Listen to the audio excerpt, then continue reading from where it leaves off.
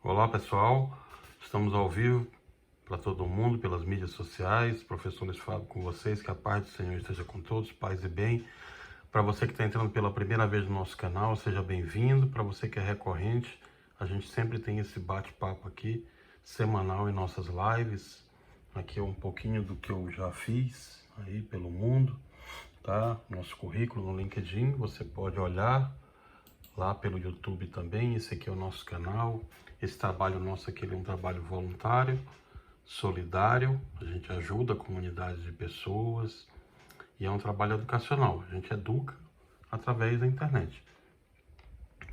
Bom, nós começamos esse trabalho em dezembro, janeiro, finalzinho de dezembro, começo de janeiro do ano passado, quando a gente ainda estava na China. A gente tem uma experiência muito grande com os orientais aí, há mais de 26 anos. O meu trabalho sempre foi esse, disseminar conhecimentos. Nós já trabalhamos em empresas aí, entre as 50 maiores empresas do mundo aí. Trabalhamos na Vale, naquela época era Vale do Rio Doce. Depois trabalhamos na IBM, Compaq, a ex-HP, Nova Data, fui diretor de engenharia na Nova Data. Depois eu fui contratado pela Intel, fui para a Intel.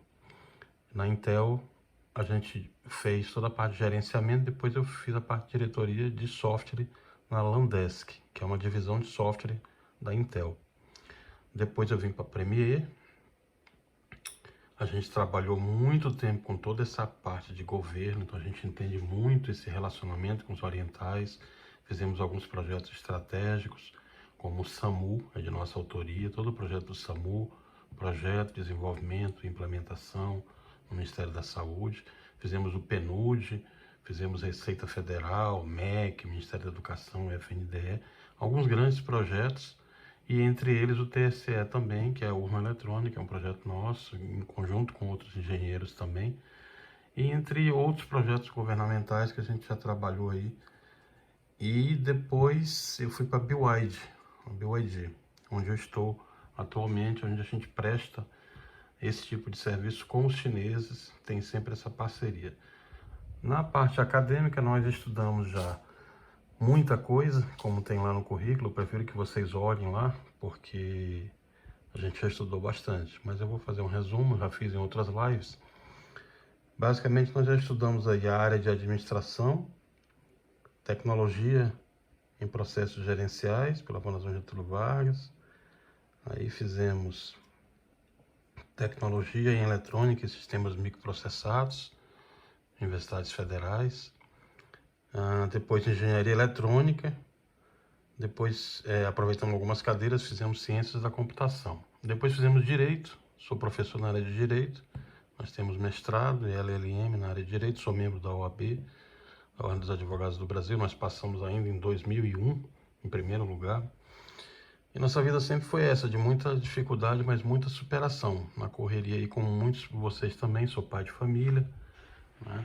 Temos 7 bênçãos, exagerei um pouco, mas graças a Deus consegui botar eles todos nas faculdades também, todos estudam bastante. Só os 3 ainda que ainda estão tentando chegar, o resto já chegou. Bom, depois de direito eu fui fazer inteligência artificial, né? Estou estudando medicina agora. Eu tenho doutorado na área de engenharia de sistemas, tenho mestrado e doutorado, e sou mestre na área de direito, estou fazendo doutorado em Harvard na área de direito. Em Harvard eu faço doutorado na área de direito, temos algumas especializações na área de medicina. Tá? Vocês podem olhar no LinkedIn, nós somos da Harvard Medical School, temos alguns diplomas lá, e estamos estudando, né? Dessa parte de COVID a gente estuda desde dezembro, é uma parte nova para todo mundo, ninguém sabe tudo, ninguém nasce sabendo. A gente também está aprendendo, como muitos outros pesquisadores científicos aqui no Brasil, com muitos outros cientistas. Bom, depois a gente foi estudar neurociência, fomos estudar redes neurais também, que é uma área de inteligência artificial. E no Japão e na China também aprendemos bastante. E na China a gente foi aprender mandarim, né?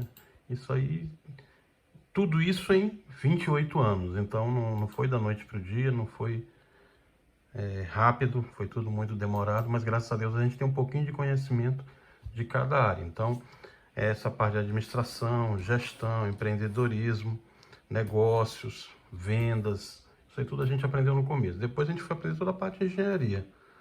Então todas essas cadeiras de engenharia, engenharia eletrônica, desenvolvimento de sistemas, inteligência artificial, a parte de engenharia de dados, que é o que a gente estuda mais hoje, que é a parte de modelagem de dados, gerenciamento de projetos, nós somos membros pelo Project Management Institute. Enfim, depois vocês dão uma olhadinha lá no LinkedIn, senão eu vou ficar falando muito aqui. Mas a verdade é essa, eu já atravessei os 5 continentes e estudei pra caramba, viu? Isso aí eu posso confirmar para vocês. Poucos brasileiros estudaram o que eu já estudei, graças a Deus. Mas o mais importante é que eu tô aqui aprendendo com vocês, tá? A gente sempre faz esses bate-papos aqui e eu aprendo muito com vocês. Vocês me exigem bastante, isso é muito bom, porque a gente troca experiências. Muitos de vocês também têm outras experiências de vida. Eu gosto muito de aprender essas outras experiências de vida. Eu aprendo muito com vocês e tento passar um pouco disso que a gente já estudou.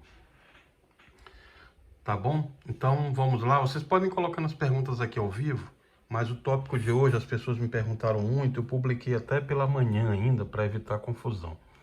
Eu vou falar para vocês hoje do cenário nacional, como a gente sempre faz. Vamos falar de alguns trabalhos no MIT, em Stanford, na Universidade da China, Oxford, no Japão também, que a gente tá trabalhando também com os japoneses, está aqui. Vou mostrar para vocês também alguns trabalhos. E nós vamos falar também sobre as vacinas, sim, as vacinas e sobre a OMS, que foi a polêmica de hoje, né? Aqui horas são 1h da manhã, vocês estão ao vivo comigo aqui, obrigado. E nós vamos começar pela análise mundial, vamos lá. Nesse momento, 7.318.124 casos de coronavírus oficialmente no mundo.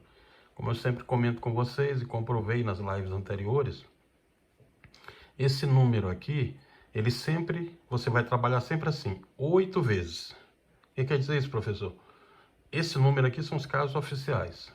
São os casos que os países conseguiram notificar e testar. Então eles fizeram o teste, essas pessoas foram testadas. 413.648 infelizmente morreram e 3.602.580 foram recuperados. Vamos abrir no Brasil para a gente olhar como é que está no Brasil. Está aqui, ó, Estados Unidos 2.045.000, Brasil 742.084. Se você está assistindo a nossa live pela primeira vez, permita-me explicar para você que aqui é tudo ao vivo, a gente faz o bate-papo ao vivo, a live. As pessoas estão colocando as perguntas no chat, eu vou respondendo, depois algumas que não conseguem responder no mesmo momento a gente responde depois. Mas mais importante, não tem edição, como vocês estão vendo, sou eu, minha filha fica coletando as perguntas aqui, falando aqui no meu ouvido rapidinho para me falar para vocês. E eu vou lendo à medida que eu posso as perguntas que vocês vão fazendo, porque eu estou segurando o celular com a minha outra mão, então não dá para fazer, não dá para me ler, não dá para me... eu só tenho uma mão para trabalhar e conversando com vocês, tá? Então é a gente, Deus, mas o mais importante, a gente tenta ser o mais transparente possível para que vocês tenham a melhor informação científica. Infelizmente a gente está num momento de muitas fake news aí, então acaba que confunde muitas pessoas com informação errada. Inclusive a gente trabalhou nesse projeto com a OAB, já está em fase final de criminalização. Alguns estados já foi deferido uma liminar hoje, já começa a valer como crime. Isso é muito bom para que as pessoas recebam informação verdadeira, tá? Bom, vamos lá. Aqui o que a gente está fazendo lá em Stanford, também já vou comentar com vocês, mas eu quero começar com vocês aqui na Unicamp, tá? Eu quero começar com vocês por aqui na China, exatamente. Bom, vamos lá. Apesar do documento estar em mandarim, mas eu vou tentar traduzir para vocês. Isso aqui foi exatamente a confusão de hoje, da OMS lá. Na verdade, para quem trabalha na área, para quem é da área, para quem está estudando isso aí há bastante tempo, a gente vive com isso aqui 24 horas por dia. Muitos de nós, como eu falei para vocês, nós somos pesquisadores da CAGO, que é uma comunidade científica, tá aqui, ó, ligada à Casa Branca e à Universidade de Harvard e Yale, tá aqui, ó. Só que a gente é pesquisador voluntário, não recebe nada por isso, tá? A gente só trabalha em caráter voluntário para ajudar as pessoas. Meu interesse, desde o começo da criação do canal, é salvar vidas. Então a minha preocupação principal é salvar a sua família, é salvar a sua vida e o máximo de brasileiros possíveis para que a gente não chegue nessa predição que eu fiz para vocês, que seriam de 80 mil brasileiros até agosto. A gente já está hoje com 39 mil. E eu não quero. Cada vez que a gente... para mim já é muito triste. Imagine 38 mil. Então esse é o nosso objetivo principal, salvar vidas. Eu preciso muito que vocês me ajudem a salvar vidas. Pedindo para que as pessoas se inscrevam aqui no canal, curtindo, comentando, compartilhando. Só isso que a gente pede, tá? Para que a gente consiga salvar. A informação ela é muito relevante nos dias de hoje. Muita gente que não tem informação padece, se contamina, vai contaminar mais gente, e aí começa o caos que vocês estão vendo aí. Então vamos lá. Com relação à confusão da OMS.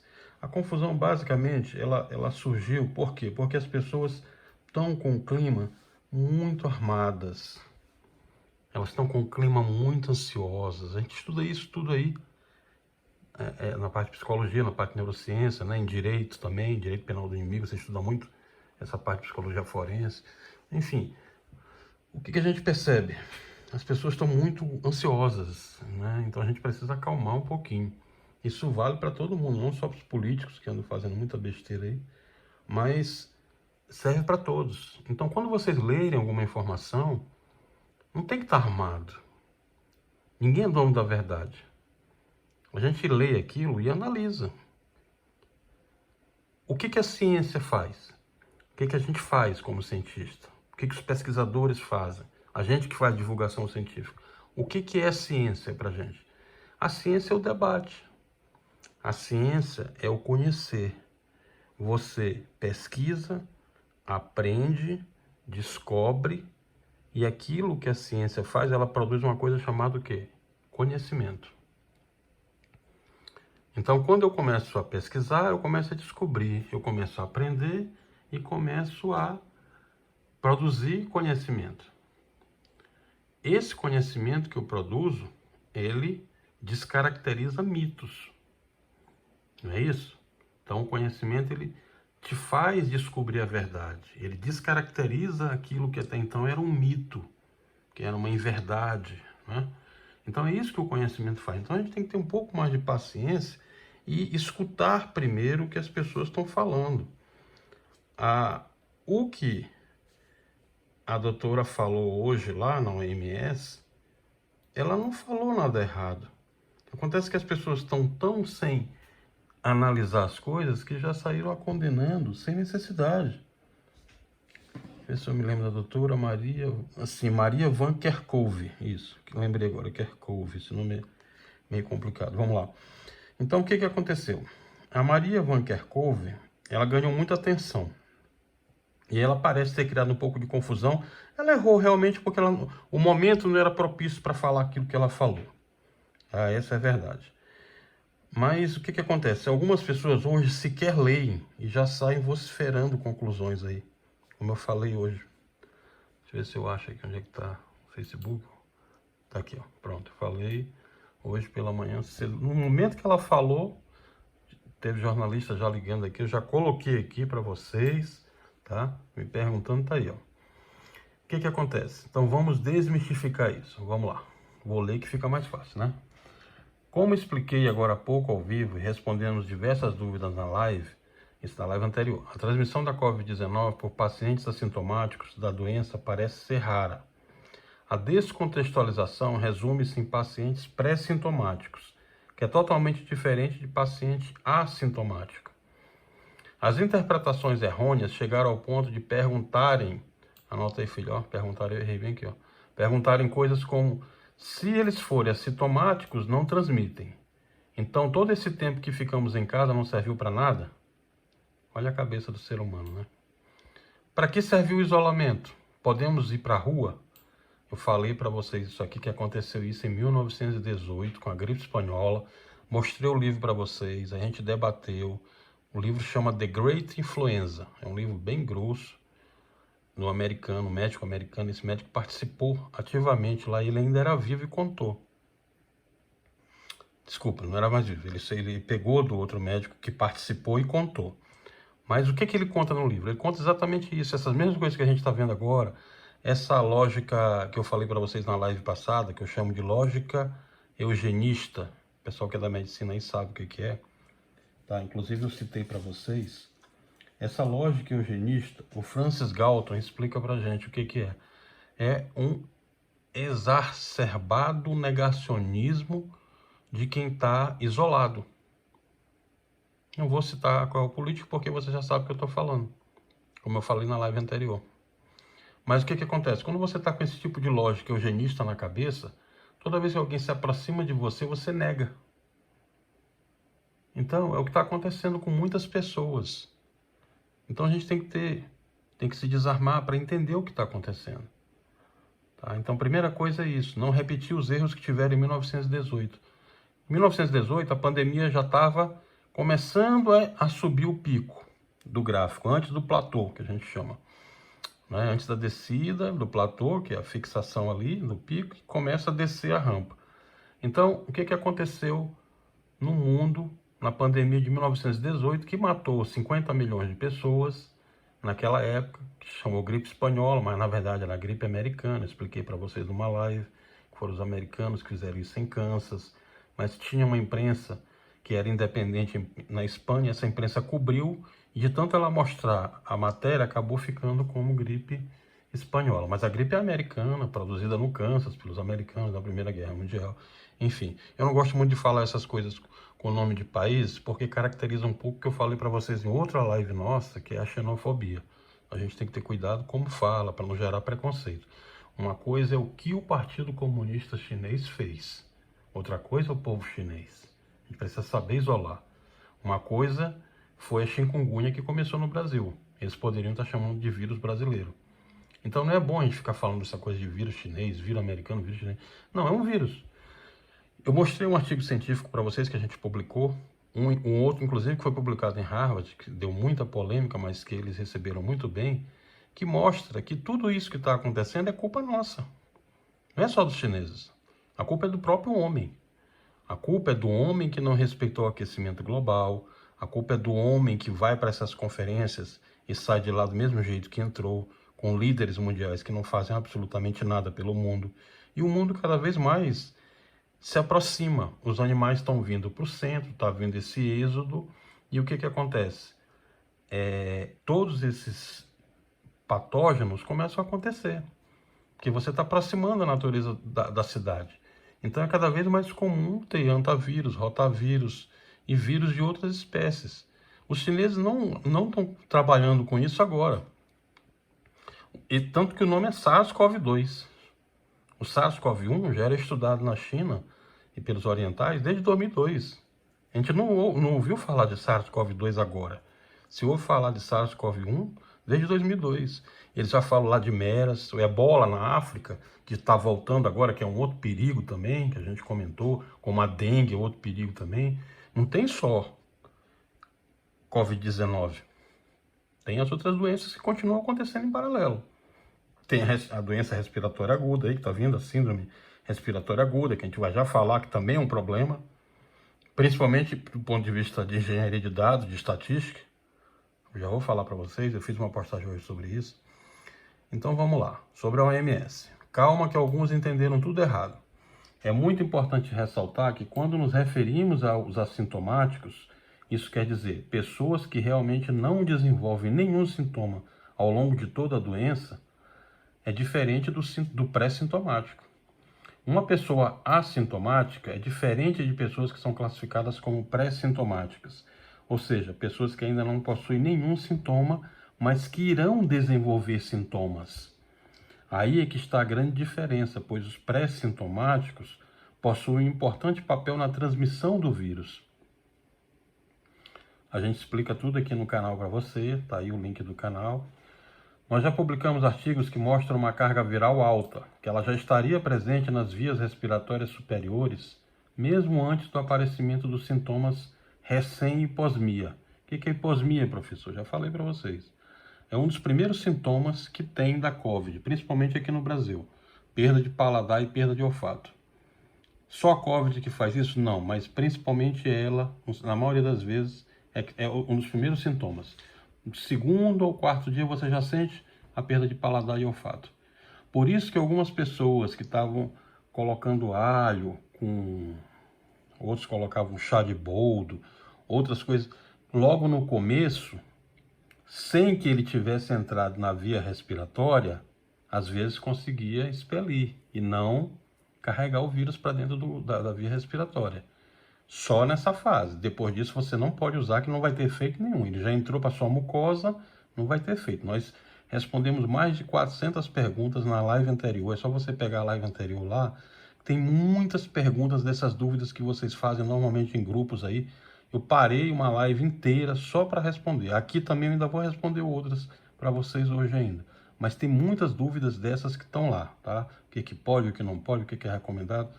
Sempre observando aquilo que a gente sempre fala. Você tem que procurar um médico especializado. Se você está numa cidade do interior, procurar o mais próximo para que ele possa lhe atender. Tem o atendimento por telemedicina também do Ministério da Saúde. Tem o protocolo de telemedicina que já está regulamentado. Nós conseguimos lá pela OAB. Foi um trabalho de mais de 3 anos, agora aceleraram, graças a Deus. Você já pode fazer protocolo de telemedicina. Tem sites de COVID aí do Ministério da Saúde que ele recomenda que você pode fazer por chat. Ficou bem mais fácil. Mas sempre com esse acompanhamento. Não vá tomar, não vai se automedicar, não vai ficar perguntando. Não, vai lá e faz assim, que esse é o procedimento correto. Então vamos lá. Esse outro artigo da Nature estimou que 44% das transmissões no estudo foram de casos pré-sintomáticos. Isso indica que pessoas sem sintomas, mas que ainda irão ter, são importantes transmissores sim, e não devemos duvidar disso. Mostramos aqui estudos de Harvard, Stanford, Yale, Oxford, universidades federais, China, Universidade da China, Unicamp, MIT, Hong Kong University na China, entre outros, comprovando cientificamente.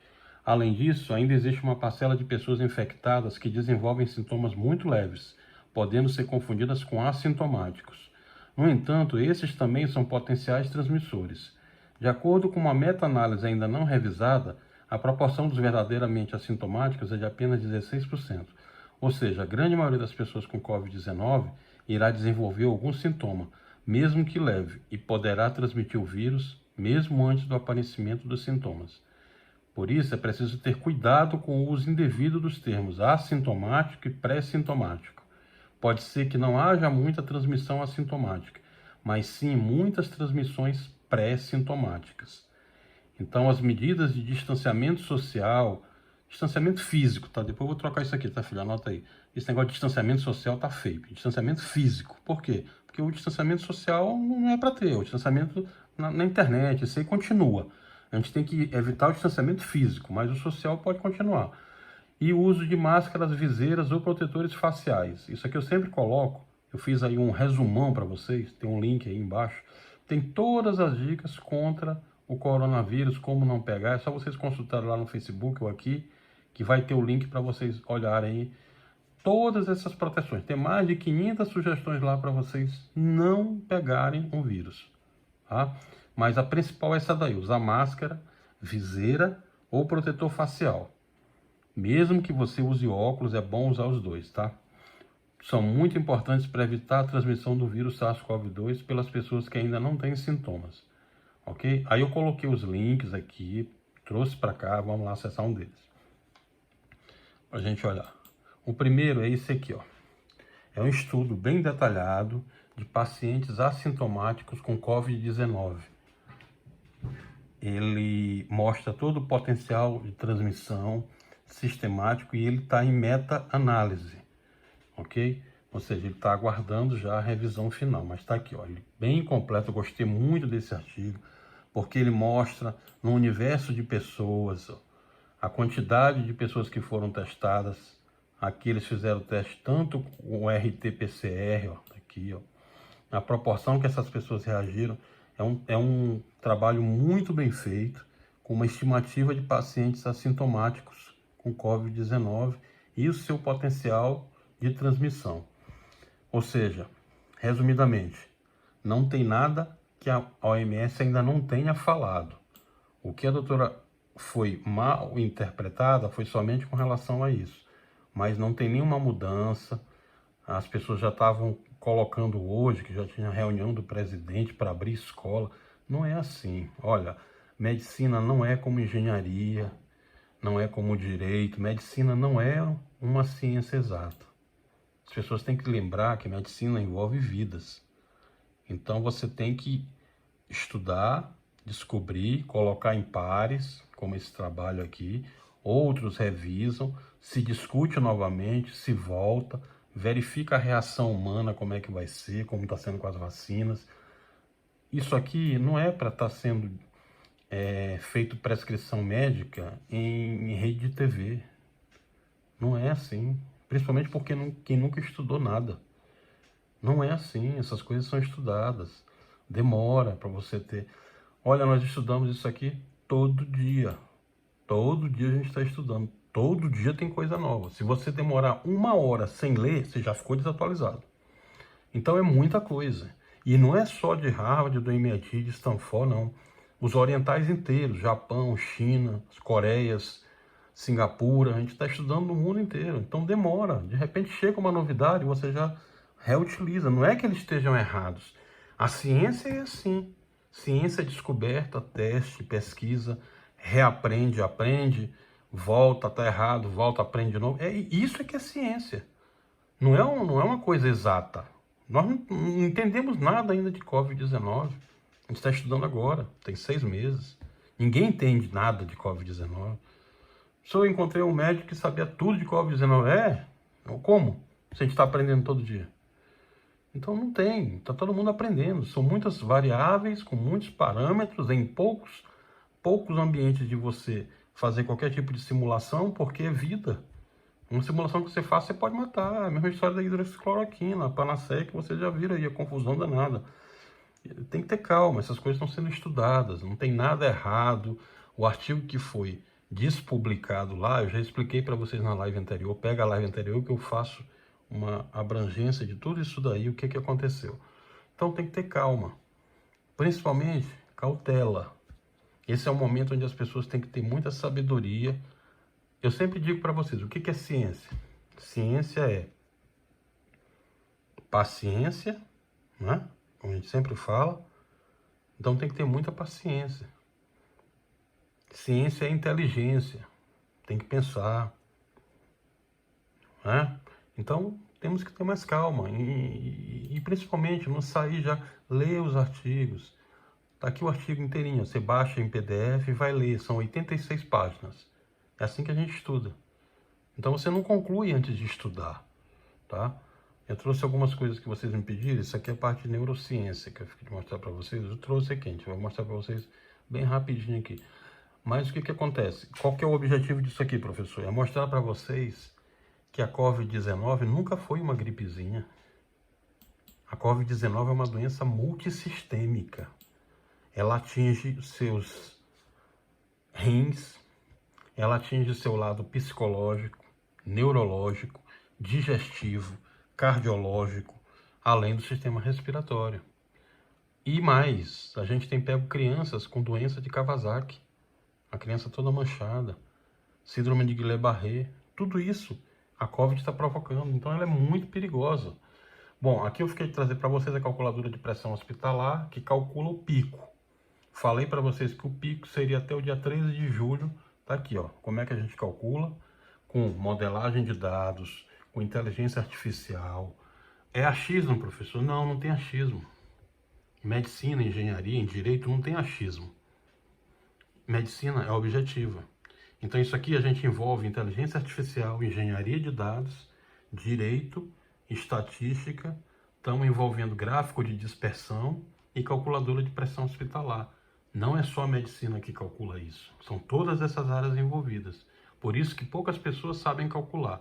Eles preferem chutar, falar um monte de coisa. Ah, tem gente que falou que o pico seria em abril, depois em maio, depois em junho. Tá aqui, eu estou mostrando para vocês como que a gente calcula cientificamente.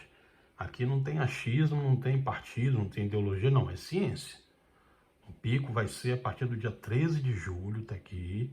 A gente vai estar com 91,56% de leitos já preenchidos e com muitos casos. O senhor mostra para mim o número de capacidade hospitalar e leite clínico hoje. Vamos lá. Aqui, ó. Capacidade hospitalar, 56.695. Nesse momento, a gente tem 74% ocupado. Só tem 14.924 leitos disponíveis. E leitos clínicos aqui também. Professor, isso aqui é certeza que vai acontecer? Não. Por que não? Porque nós utilizamos a inteligência artificial e engenharia de dados diversos parâmetros que estão sendo variados. Depende da quantidade de kit de teste, depende da quantidade de pessoas que estão cumprindo ou não o isolamento, mesmo que seja o lockdown seletivo, como eu falei para vocês que era a melhor opção, com aquela matriz lá preenchida. Ou seja, algumas cidades que têm muitos casos, tem que fazer um isolamento maior. Tem menos casos, pode fazer um pouco. O que acontece? Não é uma questão linear para cada cidade. Vamos fechar tudo, para tudo. Não, não é isso. Você tem que fazer uma matriz determinante por cada cidade. Cada cidade tem sua autonomia. Nós fizemos uma live aqui que eu expliquei para vocês tudo do direito com relação ao lockdown, o anglicismo que era isso, quais são as características, qual é a diferença do lockdown para isolamento, para confinamento, para quarentena, o que era estado de sítio, o que é estado de defesa, o que é estado de exceção, né? Falamos sobre isso tudo na live anterior a essa última, né? O que acontece? Você pode ir lá, ó, todas essas lives tem muita informação para você, informação cara, que a gente está disponibilizando aqui gratuitamente. Você vai lá e consulta. Professor, minha conta de energia cortou, como é que eu faço? Está aqui, ó. Tratei nessa live aqui. Pegue lá e assista. Abra lá, você pode abrir a hora que você quiser no celular, abre qualquer uma delas. Meu plano de saúde não quer atender o exame para Covid, está negando, tá bem aqui. Ele tem que lhe atender, resolução da Agência Nacional de Saúde, falei as jurisprudências, falei as doutrinas, falei os últimos casos, falei qual é o procedimento que você tem que fazer. Meu inquilino me ligou, quer cobrar meu aluguel, quer me expulsar, como é que eu faço, quer despejar? Tem saída? Tem. Tá lá, vai lá, olha a live que fala sobre isso lá. Como que você renegocia contratos, boleto que está em atraso, pode cobrar juro, não pode cobrar juro, contrato civil, como é que fica, como é que eu faço a teoria da improvisação, como é que eu trabalho com isso. É só você olhar nas lives lá, a gente falou de tudo isso daí. Podem cortar sua energia? Não, não podem. Tá lá, já estou respondendo as perguntas que estão chegando aqui, tá? Minha água que foi cortada, também não pode. Serviço público essencial não pode interromper durante a pandemia. Volte lá, pega o número, assista a live lá que eu descrevo o que você tem que fazer.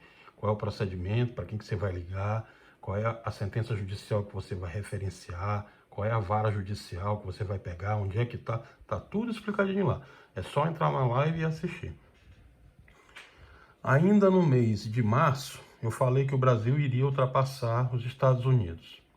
Nós fizemos mais de 300 predições aqui desde dezembro, desde janeiro para cá. E vocês sempre olhavam lá e sempre comentam. Das 300 e poucas predições que nós fizemos, graças a Deus porque a gente acertou. A gente estudou estratégia para isso daí, tá? Estratégia, muitas pessoas acham que é só falar. Não, é estudado. Tem cursos lá fora que você passa 3 anos estudando estratégia. E tem todas essas variáveis que eu falei para vocês foram estudadas, tá? Nós estudamos ainda em março, ainda em fevereiro, quando os Estados Unidos nem tinha casos, estava começando ainda. Eu abri aqui, só pegar, tá bem aqui, ó. Pega essa live bem aqui, ó. Por que o Brasil está errando nas medidas do coronavírus, que você vai ver. Tá aqui, foi em fevereiro, ó. Aqui. Parem agora, também em fevereiro. Nós vamos ter um volume muito grande de pico de casos de coronavírus. Isso aí tudo é baseado nessa experiência que a gente teve com os orientais. Muitas pessoas que estão comentando aí nunca foram na China. Nós moramos lá, estudamos lá, trabalhamos lá. Então a gente conhece isso e conhece a cabeça deles, conhece a cabeça dos japoneses, conhece a cabeça dos taiwaneses. Taiwan é o maior exemplo hoje, além da Nova Zelândia. Taiwan não tem mais nenhum caso de coronavírus, como a Nova Zelândia também não tem. Por quê? Porque eles fizeram tudo que está aqui. Se você pegar desde a primeira live que eu fiz, todas as sugestões que nós fizemos, projeto de engenharia, planejamento de projeto, projeto no padrão PMI, do Project Manager do Instituto Americano, fiz todo o project, botei aí nas lives para vocês, expliquei o que a gente tinha que fazer. Se nós tivéssemos feito isso, nós não estaríamos passando o que estamos passando agora. O problema é que no Brasil se ouvem muitos políticos, muito poucos especialistas e muito menos ainda os professores. E aí, o que acontece é o que a gente vê. Técnico de futebol no Brasil é chamado de professor. E professor nunca é chamado de professor, é chamado de técnico, né? Então, olha como os valores estão todos invertidos. No Japão, na China, em Taiwan, na Coreia do Sul, professor é respeitado, é valorizado. Outros já estão perguntando aqui, professor, por que a China só teve 84 mil casos? Eles estão mascarando os números? Não, não estão. Se você pegar desde a minha primeira live aqui, eu falava isso para vocês. Muita gente que não conhece os chineses acham que eles... Primeiro falaram um monte de besteira, que tinha sido... Os americanos vivem falando aí, que é aquela teoria conspiratória, que eles criaram uma arma de guerra, não sei o quê. Isso aí tudo é teoria conspiratória, tá? Eu estudei, convivi com médicos que estavam no laboratório de Wuhan e posso testemunhar para vocês. Não teria razão nenhuma para não dizer a verdade, porque o meu trabalho é sempre transparente. Eu vou falar o que é a verdade, doa quem doer. Eu sempre digo isso para vocês. Os chineses erraram? Sim. O Partido Comunista Chinês errou. Acho até que não foi nem em dezembro. Acho até que lá pelo mês de novembro, como Harvard mostrou hoje para gente, uma pesquisa que a gente trabalhou lá. Não concordo com muita coisa que está ali, não. Não é porque o cara foi visto com um GPS no mês de novembro, saindo da casa dele, gripado, que é isso aí, ele já estava com a Covid. Não é assim. O estudo tem que ser uma coisa baseada em evidência científica. Tem prova de que essas pessoas estavam indo para os hospitais com Covid-19? Não tem. Na China é muito comum doença respiratória. Só que a diferença qual é? É que eles se prepararam melhor. Os chineses, se você observar, antes de 7 de janeiro, eles fizeram a maior operação de guerra médica da história. Eles pararam o Wuhan. Wuhan é no distrito de Hubei, é uma província. Você tem do lado Shenzhen, Guangzhou, Xangai, Pequim. Ou seja, eles conseguiram isolar somente naquela região. Esse foi o trunfo deles. E eu falei isso desde o começo aqui. Olha, se a gente não isolar para que esses casos vão, a gente vai ter 23 Wuhans no Brasil. Foi o que aconteceu. Nós temos hoje quantas Wuhans? Mais de 25, né? Nós não temos mais controle. Todas as cidades, todos os municípios praticamente do Brasil estão entrando. Em área indígena está entrando. E vírus é assim, quando ele vem, a curva epidemiológica é essa aí que a gente está vendo. Vem pelo ar, por aerossóis, que a gente mostrou aqui nessa live. Como é que é. Mostramos inclusive os gráficos em 3D, câmera lá em Harvard, como eles simularam. Tá aqui tudinho para vocês olharem, é só clicar lá. E eu falei ainda em março, olha, o Brasil vai ser o epicentro do mundo. Nós vamos ultrapassar os Estados Unidos, tá bem aqui, ó. Inclusive, muita gente aqui me diz, professor, você está exagerando, não sei o quê, para não dizer aqueles nomes que eles ficam chamando a gente, né? Teve uns extremistas aí que, inclusive, entraram na página. Eu até falei para eles, olha, você não tem medo nem de extremista terráqueo, presencial, né? Imagina a gente que é do direito ter medo de extremista de internet, né? E a gente conseguiu pegar uns dois ainda aí, porque na internet nada é privado, como eles acham que é, tudo você consegue rastrear, né? Então a gente conseguiu pegar, mas o objetivo realmente é esse, é que vocês olhem, tá? Aqui, ó, falamos pelo contágio, pelo ar, pelos olhos. Olhos contaminou muita gente na China, inclusive um médico que foi referência lá, que eu conheci o sobrinho dele, gente muito boa, ele morreu pelos olhos, tá? Foi um médico chinês que o Partido Comunista no começo censurou, não acreditou nele, negligenciou as informações que ele estava passando, e ele foi um dos primeiros a descobrir o trabalho da Covid-19. Ele é uma grande referência nessa área. E lá na China ele foi tão referência que eles querem fazer um feriado só para ele. Dr. Li Xuan. Né? Bom, aí depois comentamos sobre essa parte de politização no Brasil, que essa politização é completamente imbecil, desnecessária. Nós deveríamos estar todos unidos para atacar o vírus e não o contrário. Bom, aí falamos sobre as penalidades, para quem já contaminado contamina os outros, penalidades legais, tipificações penais, está aqui as jurisprudências, doutrinas, tudo relacionado ao tema. E falamos sobre as vacinas, o começo das vacinas. Depois falamos que ainda não é hora de abrir, como a gente continua insistindo. Vocês estão abrindo e liberando o abatedouro. Vai ser um abatedouro de pessoas mortas aí. Escrevam o que eu estou falando para vocês. E isso não sou só eu que estou falando, não. Outros cientistas também estão falando já.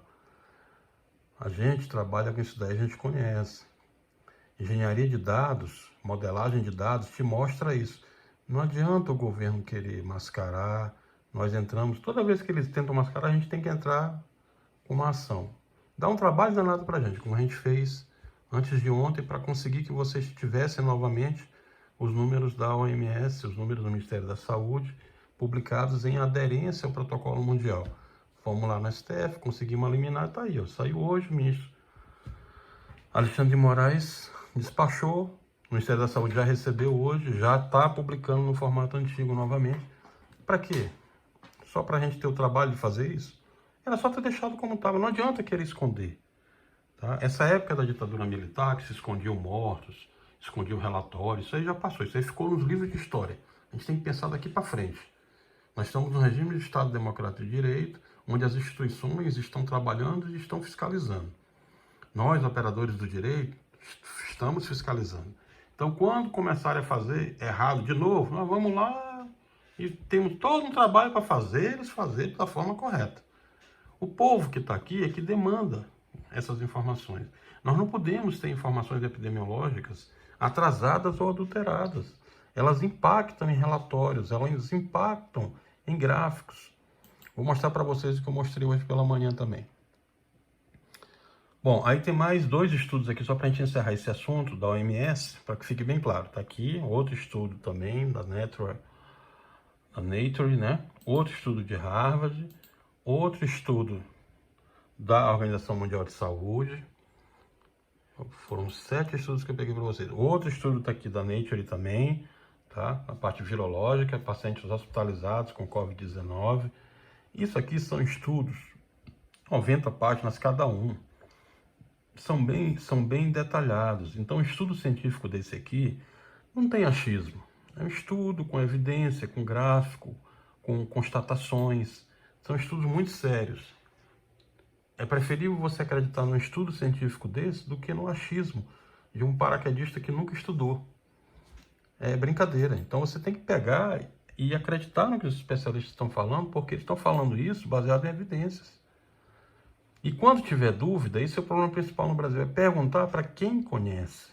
Não é perguntar para quem não conhece. Porque aí você acaba tomando, leva você a fazer uma tomada de decisão errada. Outro estudo aqui, ó.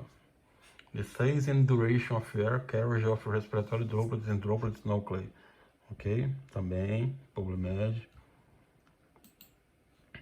Bom, aí os números de casos confirmados no Brasil, a nossa curva cada vez crescendo mais, a gente já está próximo de 800 mil casos.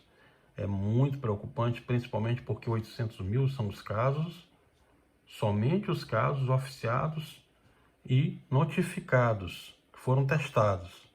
E a quantidade de pacientes que todos vocês sabem, que a gente acompanha, que a imprensa mostra, que os cartórios estão mostrando, que os postos de saúde estão mostrando, as UPAs, as unidades básicas de saúde estão mostrando, que essas pessoas estão voltando sem ser testadas. Estão voltando sem sequer terem prescrito medicamento para ficar em casa. Isso é um grande problema, porque nós temos um volume de subnotificação 8 vezes em média maior, e essa afirmação não é só minha.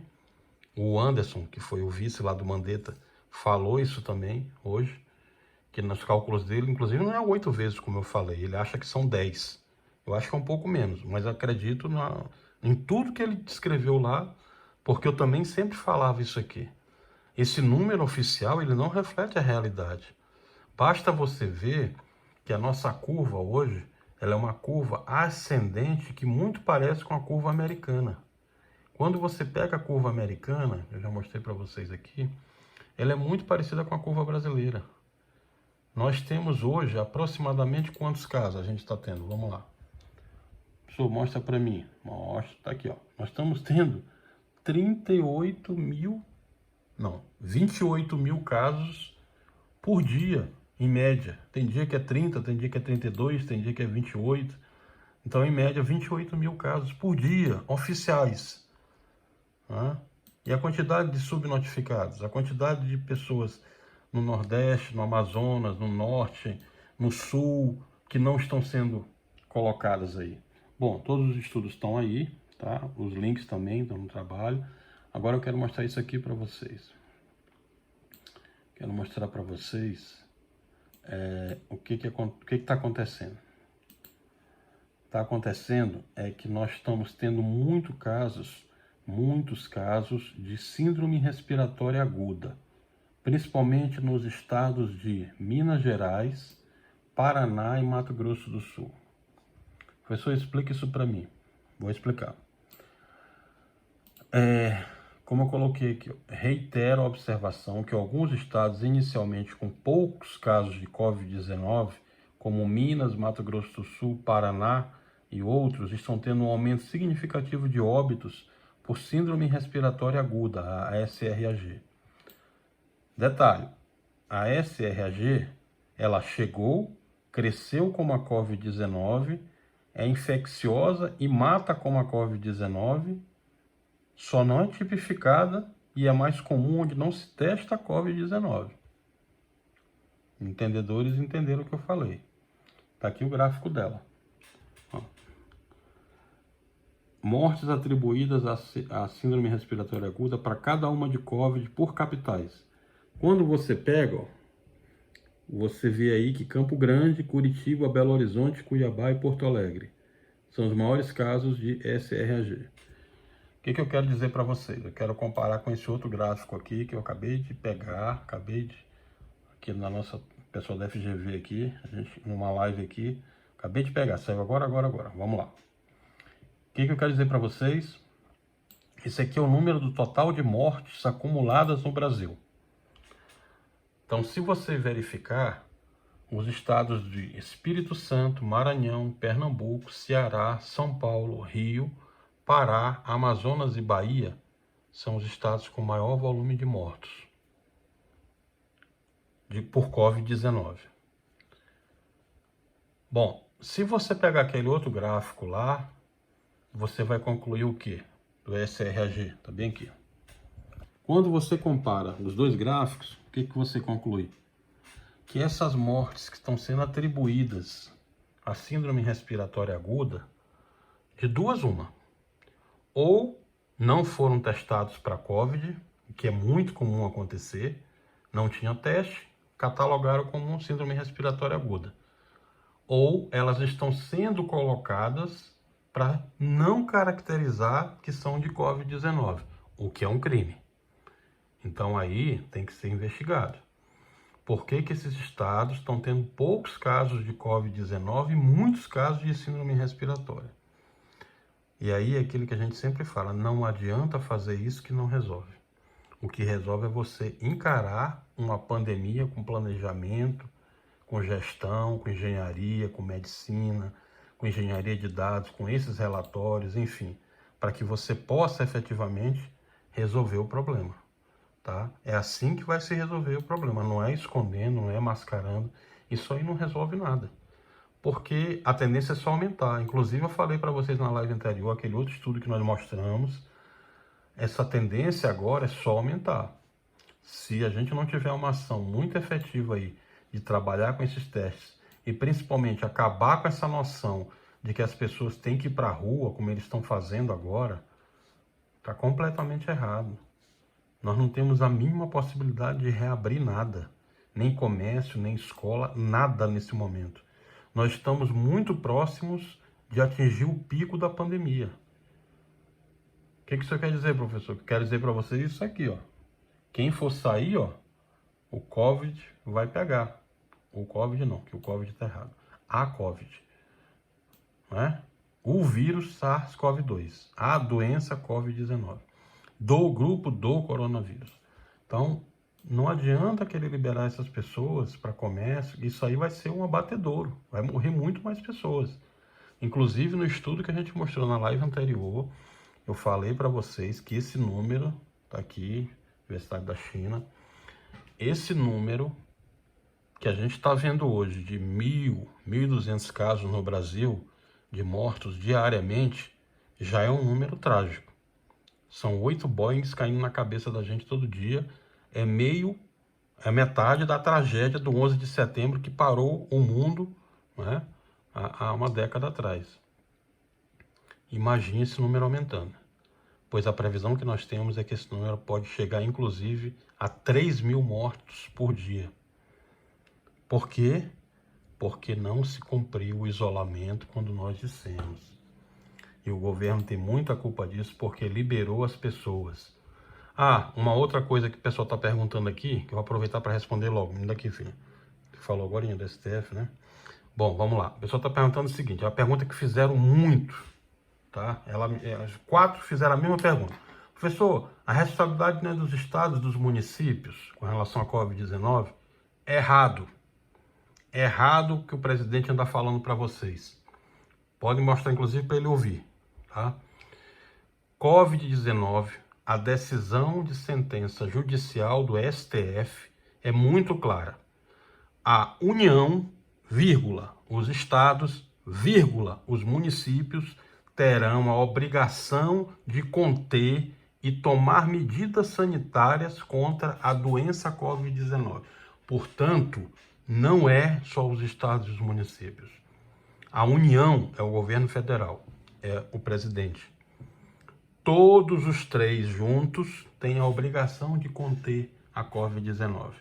Além da obrigação de conter, tem a obrigação de não incentivar com medidas como a gente tem visto ultimamente.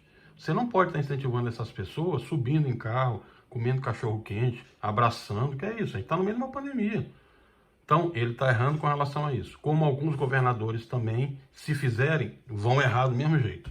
Aqui a gente não defende ninguém, a gente defende a ciência. Não tem partido político aqui não.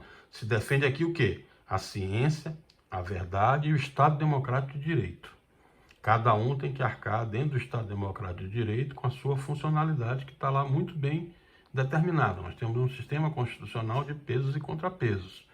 Falamos isso na live passada. Sabiam que, quando a gente abordou que a democracia nossa ainda é o melhor sistema, o problema não é nosso sistema democrático. O problema é quem as pessoas estão elegendo para colocar lá. Aí, não é o sistema democrático o culpado. O culpado é quem vota errado. O sistema democrático nosso ele é muito bem feito.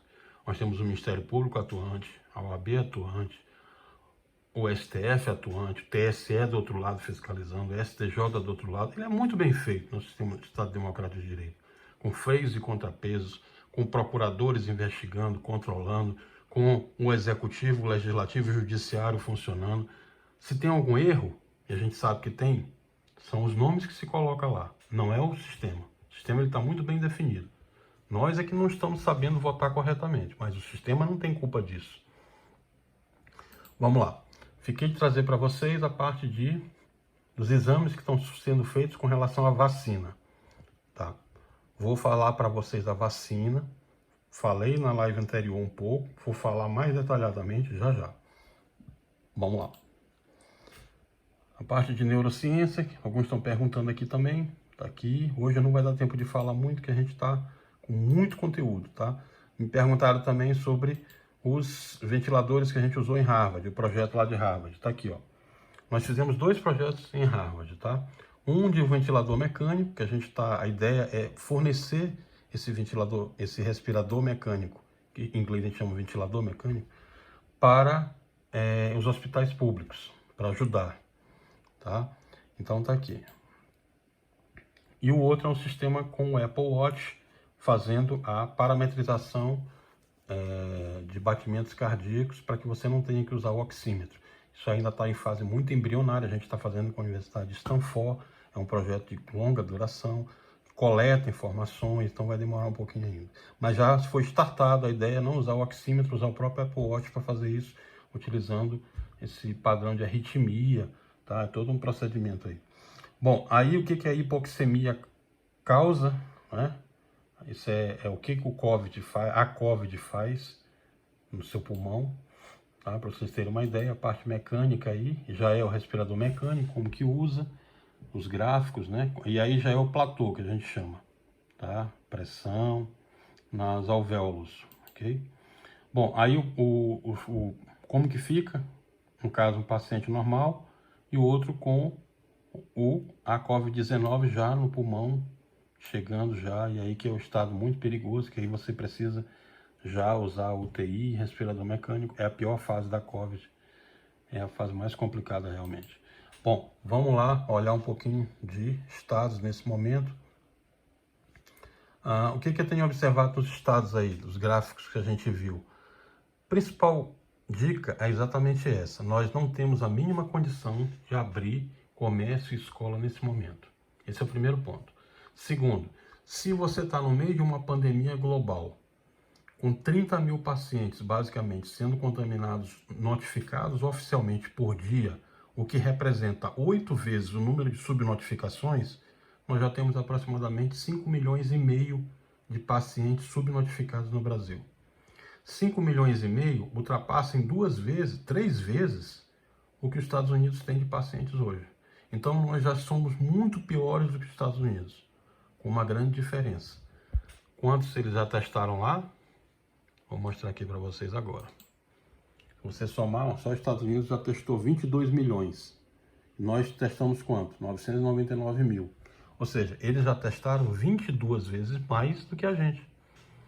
Então olha como a situação está muito grave. Nós não temos kit de teste para todo mundo, já deveríamos ter acelerado esses kits de testes para testar a maior quantidade possível. Nós já estamos próximo de 800 mil, só testamos 1 milhão até agora. Os americanos já testaram 22 milhões e 140 mil, com 2 milhões e 45. Ou seja, a nossa situação está muito complicada. Sem falar que a tendência é cada vez piorar, porque nós não temos localidade onde não tem sequer saneamento. Eu falei isso tudo para vocês em fevereiro ainda, que iria chegar nesse ponto. Porque nós não tínhamos sistema de saneamento como os chineses têm, os americanos têm, a Europa tem. Nós temos outros problemas, né? Problemas que se juntam a isso, problemas sociais. Como é que você vai falar em isolamento numa favela que o cara mora 8 no mesmo quarto? Complicado. Então nós temos problemas muito mais graves que, misturados à Covid, vai acarretar outros sintomas, outras doenças, outros problemas muito complicados. Por isso, nesse momento, se você puder, não saia. Se tiver que sair, use máscara, use a viseira, vá rapidinho, use o protocolo de segurança que está aqui no site que a gente já fez para você. Usa o protocolo quando chegar, usa o protocolo quando sair. Isso é o principal. Aqui um outro estudo chinês também que foi feito, baseado nisso que vocês perguntaram. Como é que os chineses fizeram esses testes nesse período lá em Wuhan? Tá aí, ó, detalhado. E principalmente, lembrar disso, a Covid-19 não é uma gripe, não é uma gripezinha, ela é uma doença multissistêmica. Ela vai alterar o seu sistema neurológico, seu sistema cardiológico, renal, respiratório, digestivo, está causando síndromes. Muitas pessoas que foram, entre aspas, curados, porque não tem cura, a gente ainda não descobriu a cura até o momento, eu vou falar na vacina já já para vocês, mas tudo isso não é solução. É isso que as pessoas não entenderam. Professor, como vai funcionar as vacinas? A vacina é um período embrionário. Nós ainda temos 6 meses para isso. Isso ainda vai ser testado nas pessoas. Já está vindo para o Brasil. A gente está trabalhando com uma equipe aí que está participando. Daqui a 2 meses chegam os primeiros lotes aqui, já vão ser testadas. Tanto a vacina chinesa, como a vacina de Oxford, como a da Pfizer, que também está em estudo, em fase final. O mundo inteiro quer essas vacinas. São bilhões de doses que vão ser produzidas. Tem mutação, tem a reação alérgica, vai funcionar em alguns pacientes, em outros não vai. Tem imunogenosidade, que vai ser verificada. Cada pessoa reage de uma forma diferente. Nem todo mundo vai ficar imune depois que tomar a vacina. Isso aí tudo faz parte do procedimento epidemiológico. Então a vacina ela ainda não é a solução. A única solução que nós temos é você manter o isolamento, proteger sua família, se isolar do contato físico, se isolar quando estiver saindo, usar máscara, viseira, porque a transmissão é pelos olhos, é pela boca, é pelo nariz. Inclusive o pessoal está perguntando aqui com relação ao ouvido. Eles ouviram falar que o ouvido só se você tiver algum tímpano perfurado para ele entrar, porque ele tem que entrar na mucosa. Se você tiver com o ouvido normal, não tem como ele entrar. Agora, se seu tímpano não tiver perfurado, aí é outra história. Mas, a princípio, numa situação normal, não teria como ele entrar. Só pelos olhos, pela boca e pelo nariz. Por isso que a gente sempre reitera, utilizar todos esses sistemas, além dos costumes básicos que vocês já fazem aí. Você sabe o que você tem que fazer, né? A higiene toda que tem que fazer, lavar a mão, aquilo tudo que você já conhece, passo a passo. Ok, pessoal?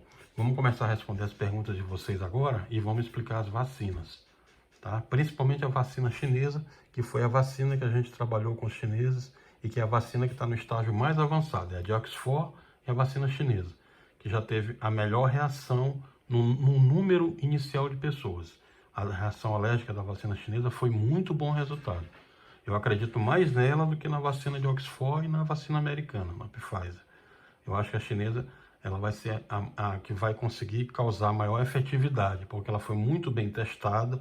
Eu vou mostrar para vocês detalhadamente agora o porquê que eu digo isso, porque a gente acompanhou com eles lá, e principalmente a vacina chinesa vai ser dada para os brasileiros, ela não vai ser cobrada. O governo não vai gastar nada. Os chineses estão dando a vacina para os brasileiros, tá? Como estão dando para os americanos, estão dando para o mundo inteiro, até para tirar essa imagem inicial de tudo que aconteceu lá, né? Que não foi culpa deles, foi culpa do Partido Comunista, e acabou acontecendo, mas a gente sabe que essas coisas, como eu falei para vocês, se vocês pegarem o estudo científico lá, vocês vão estudar detalhadamente que não é o local, é a situação. Tanto que pode voltar a ocorrer. A preocupação nesse momento é com a segunda onda da pandemia no mundo inteiro, como também houve em 1918. Quando as pessoas relaxaram, acharam que tinham que ir para a rua, em 1918 aconteceu exatamente isso. Milhares saíam para as ruas, dizendo que estavam cansados, né, que não aguentavam mais ficar em casa e que já tinha passado. O que aconteceu? Esses milhares que saíram nas ruas se contaminaram e aí voltaram para casa e transmitiram, e aí a contaminação foi muito maior, morreu mais de 10 milhões de pessoas.